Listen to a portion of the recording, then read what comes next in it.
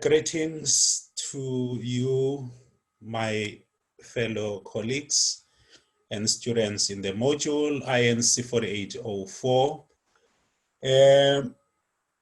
This is the second video we have this year, and I hope you'll remember me.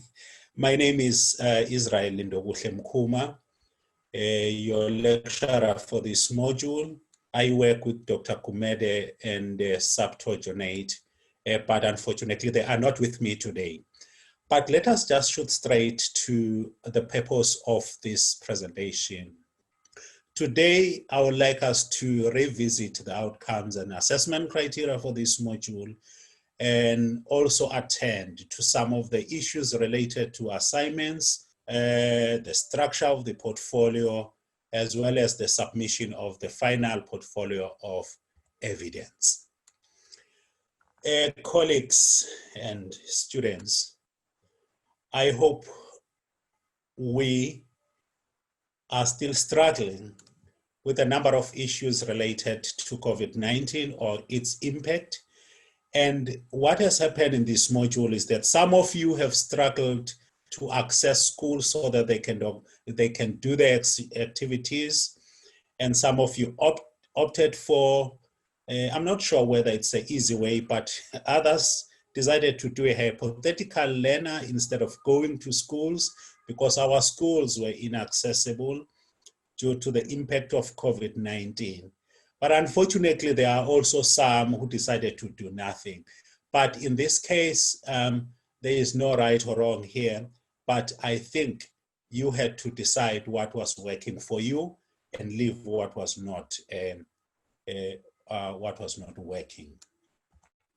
So for you to get a pass in this module, as well as in the program, you have to always visit your outcomes as well as your assessment criteria. Colleagues, it's a serious error to start working on anything at this university without looking at the expectations as listed in the outcomes as well as the assessment criteria. So just to recap, so in this module, you are expected to design an appropriate support measure that respond in your classroom. It can be a physical classroom or a hypothetical classroom, but you have to do that, design. So if you have never designed any support, so until now, it means you are not going there. You have to collaborate with relevant stakeholders when you compile information that will assist you to address barriers. Now, if you have never collaborated or decided to collaborate or experienced collaboration, so you are not doing it. You have to make decisions related to curriculum adaptations, which is part of support.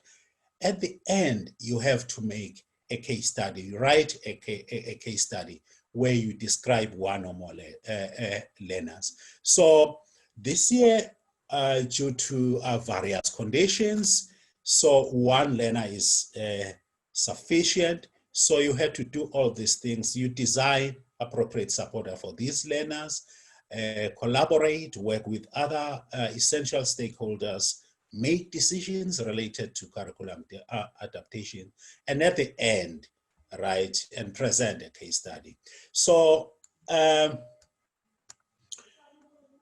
you, apart from the outcomes of the modules, you must read the assessment criteria because they inform you about the expected competencies that you have to display in order to get a pass. Remember, colleagues, the module itself will give you a certificate, but our commitment as a nation is to see a teacher in you with an advanced knowledge who will be able to respond appropriately to the diverse needs that our learner, that create barriers for various population of our learners in the classroom. Apart from the assessment plan, apart from the assessment criteria, I have revised the assessment plan for this module. I know some of you were getting frustrated. Let me give you a little bit of context here.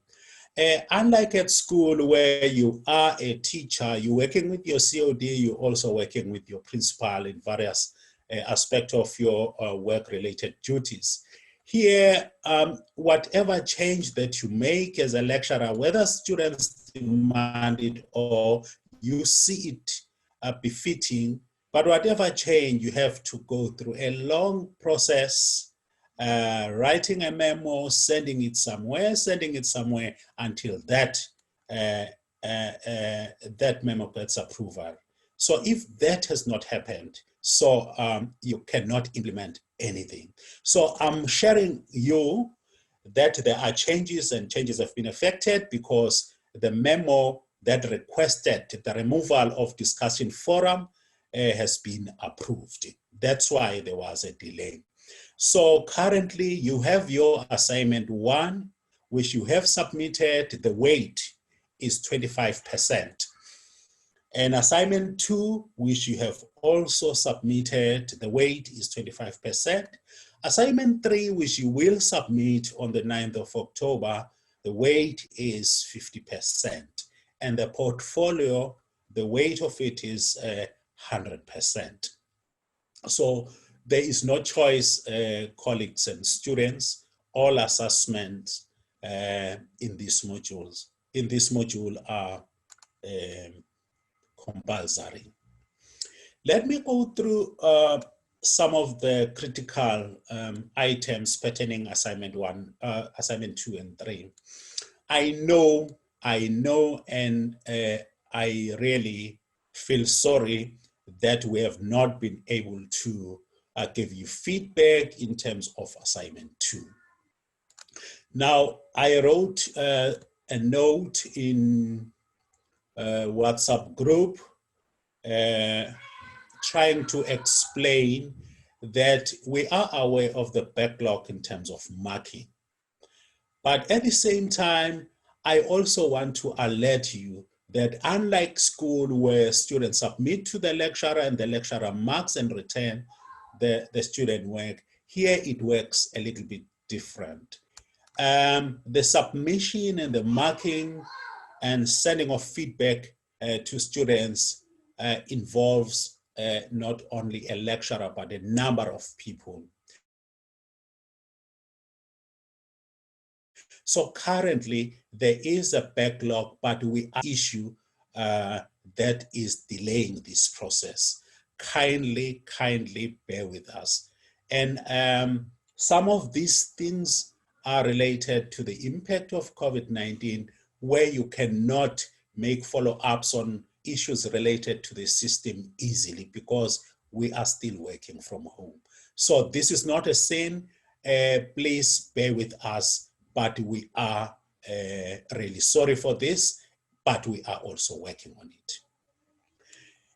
In terms of assignment 3, I have said something before right now that it was cancelled again. This assignment was supposed to be a discussion on forum, but we had to find something from ICT who was going to set up the discussion forum. We had to find someone who was supposed to develop a grid that was going to be used in marking that discussion. There was a number of issues that were involved, and we required assistance and support from a number of people. Unfortunately, when we realized that this was not going to happen, I decided that this assignment had to be cancelled so that we can proceed, because I know some of you were always frustrated, writing emails, writing on WhatsApp group, inquiring about assignment 3.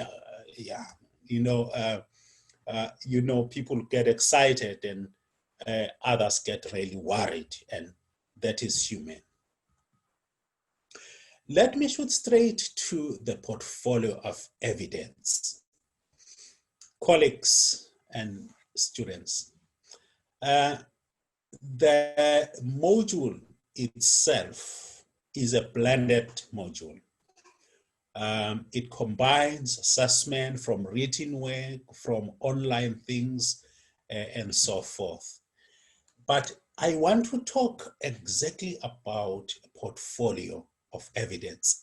It is called a portfolio of evidence because somewhere in your study, you have to put together evidence of what you have been systematically working on in order to demonstrate your competence in that field of study.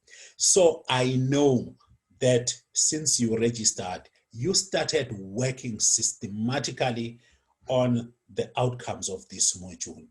I remember that in assignment 2, you had to identify a learner, describe the barriers that the learner was experiencing and other contextual factors. You had to do some reading, you had to write an assignment and send it to me. And then that was part of systematically collecting the evidence. So in each time you work on your study, there is some evidence. For example, when you have identified the learner, somewhere you had to develop a plan of intervention. So in that plan, there were dates. There were dates where you wanted to do this, you wanted to do that, and you wanted to do that. Apart from that plan, there was also a schedule with the names of people that you wanted to collaborate with in order to provide intervention to the identified learner. So that also had a schedule of its own. It's the evidence that you have been systematically working on this thing. So each time you have developed this plan, you keep it aside, it's your evidence. Each time you have a meeting or an interview with a parent, you keep that as an evidence. Somewhere before you started even communicate or working with the learner, I requested you to get permission. Colleagues, that the issue of permission is an ethical issue.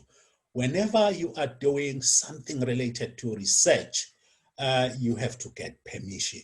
So in this module, you had to find permission from the parent of the child, even if you were teaching the child. You had to find permission. I know some of you used children from their relatives. So you had to take that letter that I posted on additional resources and write your name, give to your cousin to sign and commit in supporting you in this activity. Apart from that, you had to find permission from the school principal. Now, there was an experience. You were also generating an experience. For some of you, it was so difficult to get a parent to sign so that you can work. So in your reflection, discuss that when I approach the child of a parent, this is what happened. Really, the parent did not trust me or what. Others, their situation was so easy. So tell us that when you write that reflection assignment on assignment 3. Now, others used a hypothetical learner. Now, when using a hypothetical learner, I still want to see that letter because it shows me that you understand that working with a learner for research-related activities requires permission. So you just say, in my experience, I was using a hypothetical learner, but I developed a letter to request permission so that I could demonstrate my understanding that working with a learner as part of research activities requires permission. That's all. So reflection is about what was working and what was not working. So what I'm trying to say here about portfolio of evidence is that whatever that you do, you collect little pieces of evidence, and those pieces of evidence will go to a document that you will submit at the end of the year. Now, I had questions from many of my lovely students. Let me highlight this one. I sometimes see you engaging, interacting in WhatsApp, and sometimes I look at the discussion when you discuss on my UNISA. Then I say, yeah, these are lovely people, and for sure you are lovely teachers, because I always see that commitment into finding solutions in things, especially a commitment to provide support. I really appreciate that. And you should proceed with this commitment even when you have graduated from this module. I'm not talking about people who want certificates. It's another business. I don't even want to talk about it. But I'm talking about teachers who will go out to schools, go out to communities, and make a difference, especially in this field of diversity where everyone seems to struggle.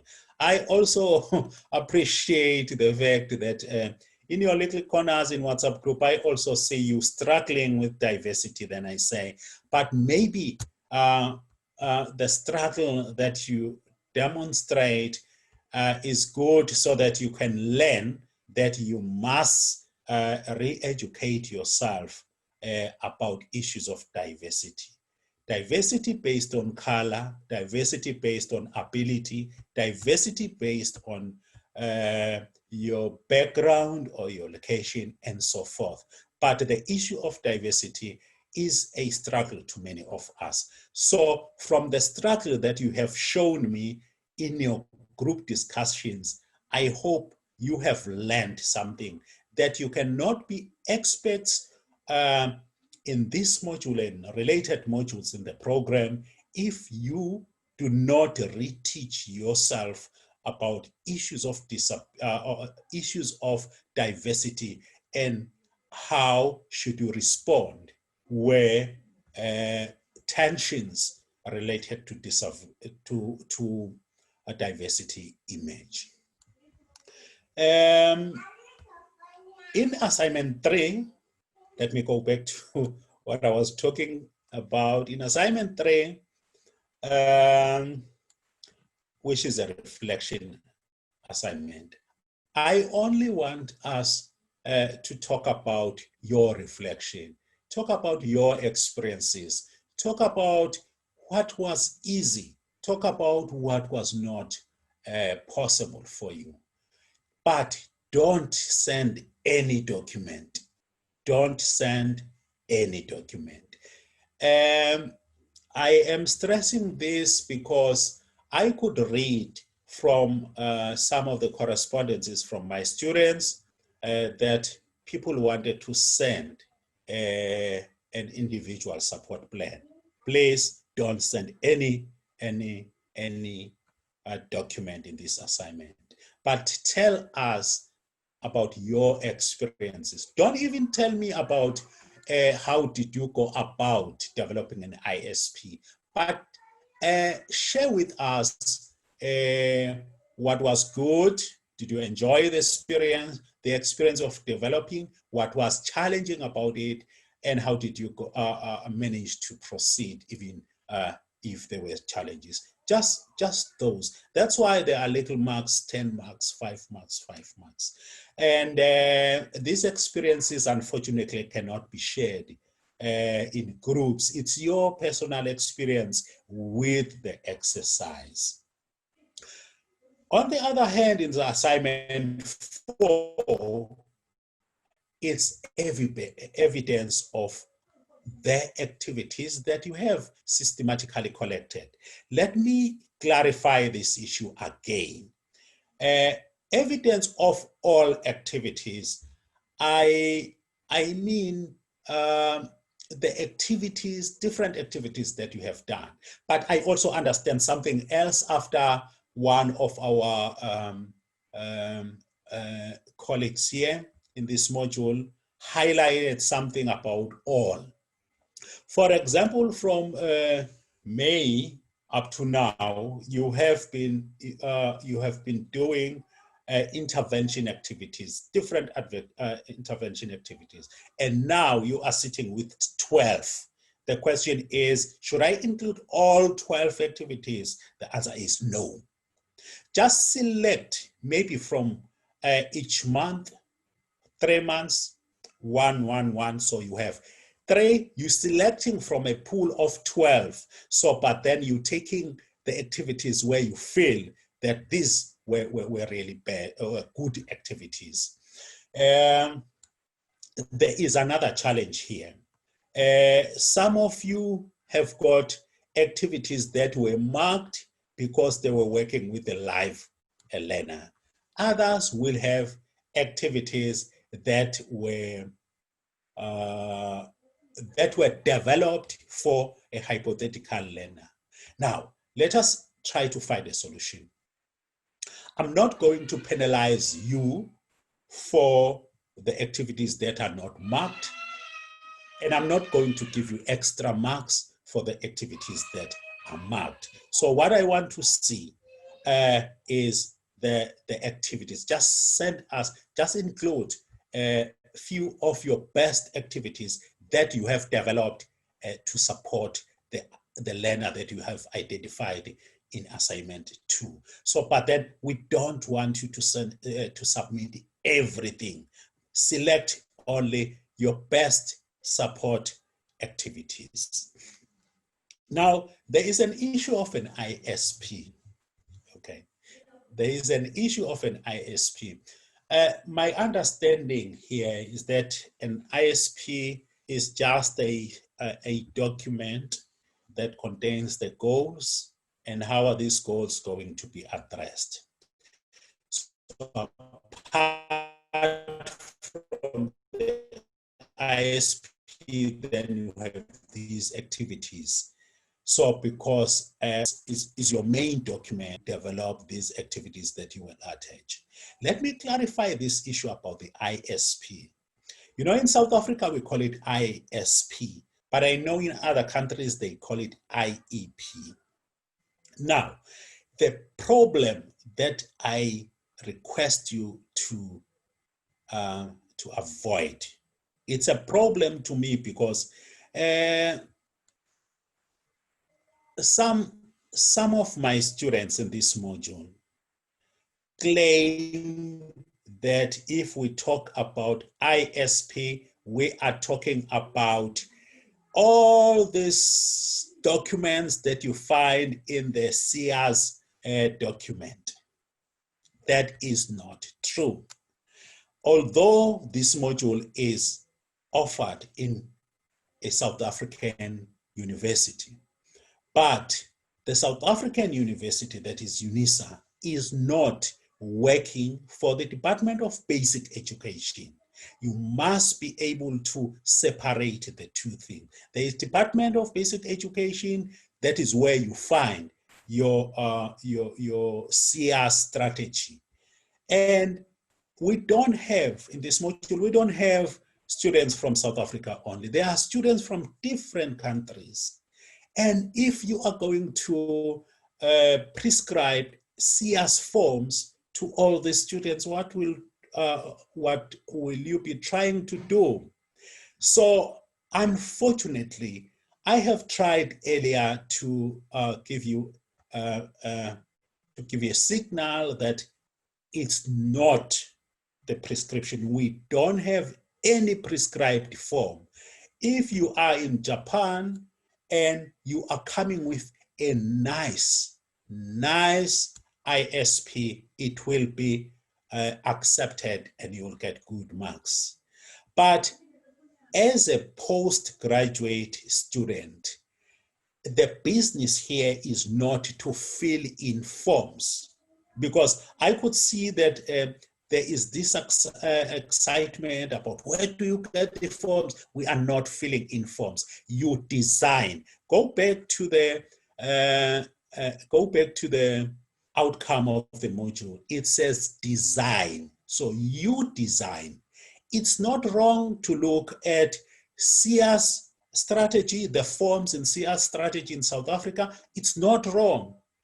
It's not wrong to look at the SIA's, it's not wrong to look at the IEP from the University of Michigan. That is not wrong. But what is required is that you design. If we were to ask you to complete forms at a post-graduate time, I hope this is clear. Look at different ways in which people have created ISPs and then design your own. So really, I personally also have a number of issues that I will raise with the current SIAS documents. One of them, I don't see the reason why teachers had to complete so many documents. That is a personal opinion. So in this module, you are getting an opportunity to design what is yours, to design what you think will work better for you and your teachers. This is what I want to see, not the prescribed form. So maybe someone will say, so what should I do if I have completed the forms in SIAS strategy? The answer is design. This is what the module outcome says. So let us get to this habit of reading, because the main problem that I see is that people don't want to read from tutorial letters, but people prefer to listen to what other students say. So the outcome in the tutorial letter states that you have to design. If you ask me how many pages, I will say make it as simple as possible. Make it a simple document. Design your own, make it as simple, but incorporate. Look at what are the key elements of an ISP. Okay, so we are not trying to replicate what is happening in any other department or in any other country, including South Africa. But we want to design the way we see it, because we are preparing to do research in the next years. So research is about being innovative, is about being creative. You read, but then you decide, how can I create my own from what I've read? So let us be careful about that, okay? And so when you submit at the end of the year, that is in November, when you submit the portfolio, please, colleagues and students, just don't add medical certificates for learners. Let us really avoid that. It's a sensitive ethical issue. When you requested for a permission to work with the learner, you did not request the permission to share sensitive learners' documents with other people, just like your lecturer or the university. Okay, so just avoid sending any avoid sending any medical forms or medical certificates. Okay, so instead, what I'll prefer to see is the permission letters from the parent and from the school. So this should be done by people who have worked with the physical learner and those who have worked with the hypothetical learner. It's a requirement. The aim is just to show us as the university or module lecturer that you understand that you must ask for permission. I'll prefer to have just a descriptive paragraph where you describe the nature of barriers that the learner is experiencing. And then I've spoken about activities, and then when you submit, so 13 November, you all submit, okay? There is also something that I want to speak about. The qualification that you are doing is a postgraduate qualification. Whether you are employed or you are unemployed, but it was your decision to enroll for a postgraduate qualification. There are standards that are expected. And those standards are that you always type your work. Unfortunately, it will not be possible to mark the work that has been handwritten. It creates a lot of problems. Some of the handwriting is not readable, and then your marks can be compromised. So just type your work. I'm not insensitive about your socio-economic issues, but type your work. And when you type, use Arial 12, 1.5 spacing. Always justify your work. If you don't know how to justify, please ask. I expect to see in text the referencing in your assignment, but there is no prescription. You can use any. But the main rule is that if you use APA in your in-text referencing, you should also use APA in your reference list. So that is the main rule.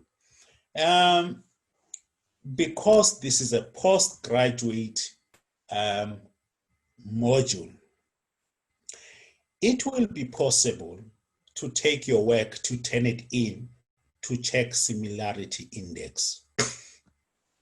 I will do this if I am suspicious that there is circulation of work from one student to another. So just make sure that you don't circulate your portfolio, because if it is discovered that 4 or 5 assignments or even 2 are similar, it's easy with the Turnitin. You just put the documents into the Turnitin, then it will tell you the original work.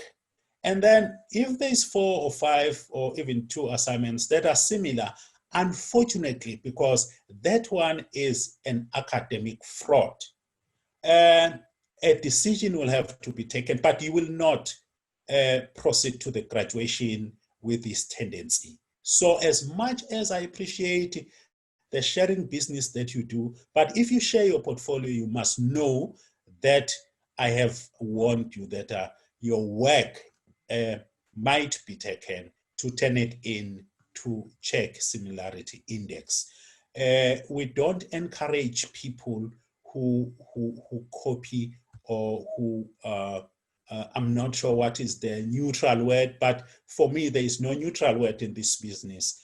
Do your original work, submit it. So if you do your work and then you first share it with other colleagues, unfortunately, if it is discovered that your work is not original because other people have done the same work, then unfortunately, we will not grant you permission to go to the graduation hall.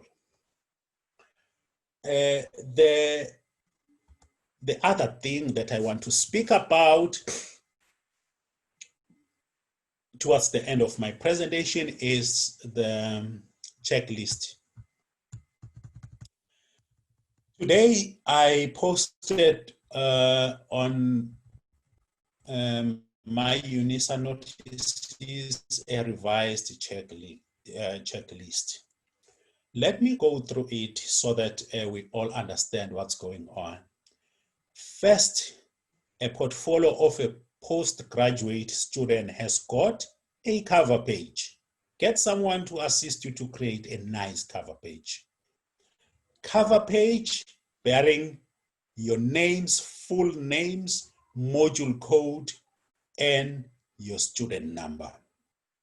After the cover page, we like to see the content page or the table of content.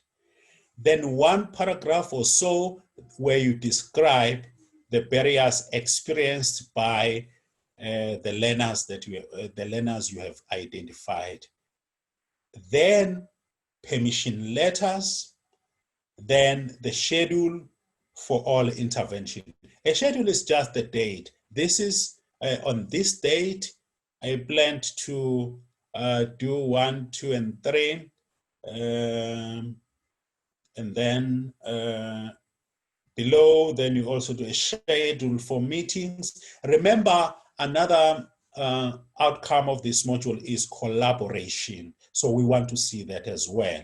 So in order to do this in your portfolio, I will expect you to see the schedule for meetings with stakeholders. So in each schedule, just state a meeting with a parent, discussion about permission, for example. I don't think you had one meeting with the parent. For those who are working with an hypothetical learner, you also have the schedule, because there are ideas of what you would have done if you were working with a physical learner. So I want to see that schedule from both of you, whether you were working with a live learner or you're working with a hypothetical learner. Okay. And then there's a copy of an individual plan. And then next to the copy of individual plan, there will be activities. So whether you have worked with the learner, a physical learner or a hypothetical learner, these activities must be there. But let me warn you again. It will be inaccessible that you take one activity and then you send it, and you expect to get marks, because the issue of support is systematic, is not a once-off. So if you do that, that will have serious consequences. So it's a systematic approach that we use. You do not just go to one learner, to a learner, and then offer what you have, and then go back then and write a report. That's no. It's not like that. I also would be happy to see a reference list. And the most important thing is the signed declaration, where you say, I, Israel IL Mkhuma, student number 46968834, hereby declare that the portfolio submitted for the module INC4804 on the what date is my own and original work. This is very important, and then you sign. This is very important because when the university lay charges on you, I'm not saying that it will do that. No, that is not the intention. But if maybe it is discovered that you have lied in the declaration, you wrote a declaration, you signed it, and then you submitted work that was shared by someone else, whether in South Africa or somewhere else. Remember, the Turnitin can tell us even if the work was done somewhere elsewhere, not in South Africa. In South African University or in other universities in South Africa, the Turnitin can give us that report. I'm not scaring you, but I'm saying the declaration is a confirmation that you did not share or submitted the work that was shared by someone else. What I don't want, I've said, the medical certificates. And again, there is little changes please don't submit the assignments now. Remember, in the tutorial letter, there is something that says submitting all assignments done, but I'm saying now that please don't, because the assignment section and exam, they have indicated other issues related to the submission of these assignments. But ideally, your portfolio would be nice that everything that you have done, including assignments, were packed in one document. If you have a question about how many pages, no, that question for me is irrelevant. The right question will be, at the end, I'll sit back and say, have I satisfied all that is required? Understand? Yeah, so that one will be the most relevant question. And colleagues and students, I wish you all the best. All the best. Please work so hard so that by the 13th November, you are all able to submit. And please don't share a portfolio. You will be in serious trouble. I also wish you to be good teachers. I wish that you become teachers who understand that diversity is not a threat in our society. Exercise your understanding of democracy when you are dealing with colleagues at school. And exercise your understanding of diversity when you are dealing with the learners. Whether you are in sports, diversity and diversity should always be in your mind, and you have positive response to any diverse. Remember, we cannot afford to be intimidated by deviation. They call it deviation, but I call it diversity, because if you see something very long, it's not a problem. It's how this person is made. And if you see someone very short, that is not a problem. It should not be the issues that trouble us. Colleagues, there are more important issues that should make us fight. But don't fight learners because they present diverse needs in your class, whether it is race, it is color, it is ability to write, ability not to write, any issues related to diversity. Just be prepared to work on them. That, I'm sure, will make our South Africa a better place to live in. And thank you so much.